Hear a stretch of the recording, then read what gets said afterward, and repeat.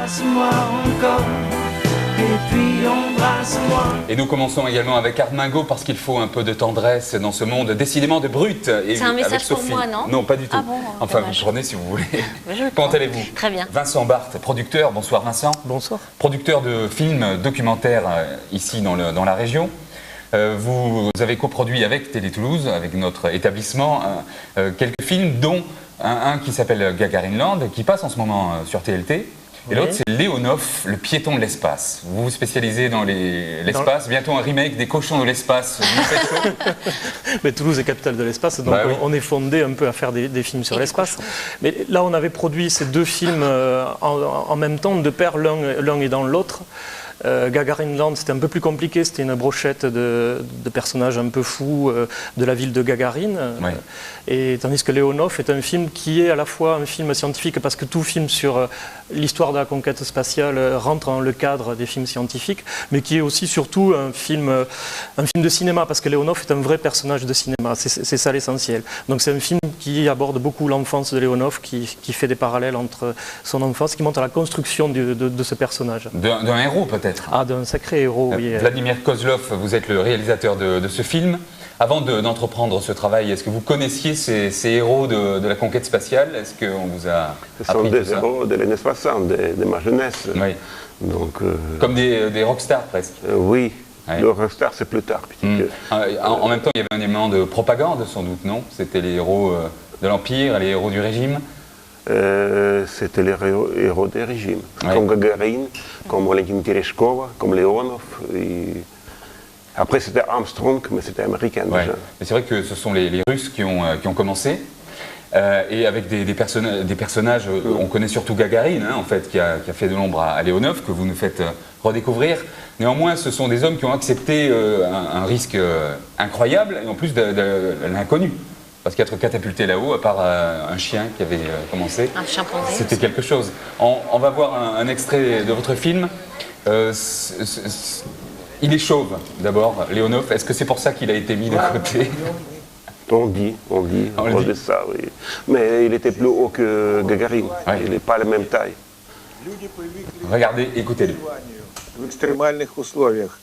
Вот представляете, в этом году зима была за 40 градусов. За 40. Здесь нет батарей, вот печка. Они живут, топят эту печку. Чтобы топить, надо заготовить дрова, надо заготовить, идти в воду забрать. И здесь нет водопровода. А люди живут.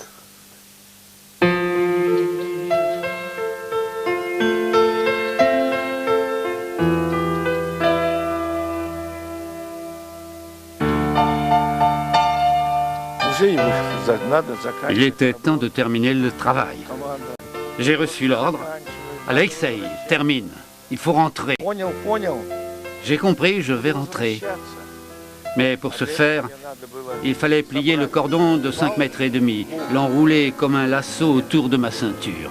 Mais j'ai eu l'impression que mes mains avaient rétréci dans mes gants, que mes pieds nageaient. Voilà, pour écouter la suite et voir la suite, c'est sur TLT très bientôt. Les dates se sont affichées et à la Cité de l'Espace, c'est nom de l'image, Oui. en IMAX, mardi soir. Il y a l'avant-première demain soir, le 12 avril, Oui. dans le cadre de la commémoration du 50e anniversaire du vol de Gagarine. Il y a 2 diffusions, 18h et 19h30. Quand on regarde les chaînes du câble et du satellite, on voit beaucoup de films sur la conquête spatiale, mais ça ne ressemble pas tout à fait à votre film, qui tient donc, Vincent l'a dit, plus du cinéma que du documentaire. Comment avez-vous fait? Vous parlez de Gagarin Land. Non. Je parle de Léonov, le piéton de l'espace. Oui, je suis entre les deux, je ne comprends pas. Parlons de Léonov. De Leonov, oui. Oui. Donc, Mise en scène de la réalité, vous avez trouvé ce personnage, vous l'avez rencontré, il a évolué, il a oui, été un héros, mais tout a il est commencé devenu une par sorte de les- capitaliste. Oui. tout a commencé par les trailers de films.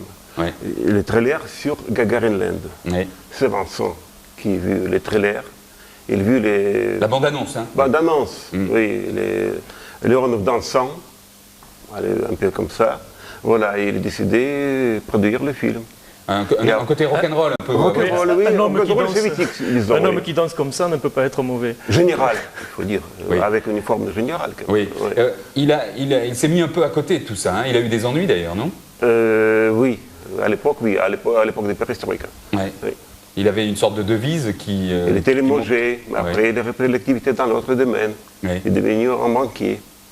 C'est un personnage très paradoxal parce que quand on lui parle, il dit qu'il n'est pas russe et qu'il est soviétique parce qu'il a grandi en Union soviétique, il a été député à la Douma sous l'ère soviétique. Au moment, il a été limogé après la perestroïka, c'est Eltsine qui l'a limogé. Il l'a limogé parce qu'il était trop communiste. Et en fait, ce communiste-là, héros d'un pays socialiste, est devenu le vice-président de la première banque du pays et il dirige actuellement un fonds d'investissement. Il y a plusieurs, mais c'est à coût de centaines de millions de dollars qu'il investit dans l'industrie du pays. Je pense qu'il résume bien ce qu'a été l'URSS et ce qu'est devenu l'URSS, la Russie. C'est un morceau d'histoire. C'est un morceau d'histoire de l'URSS, oui, qui permet de comprendre les difficultés, le maelstrom dans lequel vit ce pays actuellement. Oui. C'était un peu l'idée des deux films que nous avons fait de pair, montrer la Russie d'aujourd'hui. Et pour la montrer aujourd'hui, il faut la montrer aussi avec les vestiges, les oripeaux de ce qui fut son passé, avec la statuaire un peu du pays soviétique. Hein. C'est un film d'aventure aussi, parce que donc à un moment, il est dans l'espace, il se met à gonfler. On ne sait pas comment l'en sortir de là. Il y a une histoire de cordon ombilical. C'est une histoire humaine, terriblement. Une histoire de bébé, même. Oui. Ouais, c'est une aventure. C'est une aventure et il est sorti, oui. Mais on ne sait pas comment. Il dit, je suis sorti comme ça. Mais est-ce que c'est comme ça? Je ne sais pas. Mais ce qui est intéressant pour Leonov, il est trompe-le-mort.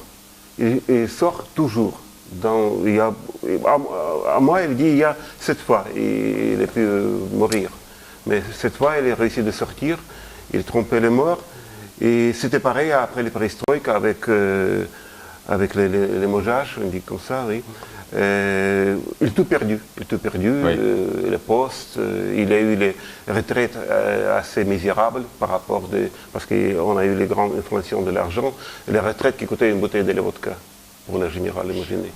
Il a repris tout de suite l'activité dans le secteur bancaire. Voilà, il a réussi quand même à faire les grandes carrières de cette domaine. Il serait bon d'enquêter également sur comment ils ont réussi à rebondir tous ces généraux de l'armée soviétique. Et en même temps, il a toujours continué à faire la peinture. Il y a encore les facettes. Voilà, c'est un artiste. Artiste reconnu par l'Union des artistes. Mais je pense que quelqu'un qui a vécu les moments qu'il a vécu, comme tous les cosmonautes, astronautes et autres, ça doit changer terriblement la façon de penser et de voir le monde, même si on s'en défend, peut-être. On le sent dans le film aussi. Oui, mais il se réfère toujours à son enfance où donc on l'a vu un peu dans l'extrait là. Il est né dans des endroits très durs et il a appris à se faire. Voilà, sa doctrine c'est je me fais confiance et je suis mes propres directives. Et c'est ce qu'il a sauvé quand il est sorti dans l'espace en 65 parce qu'il a désobéi. Il a désobéi. Voilà, le fait de désobéir l'a sauvé.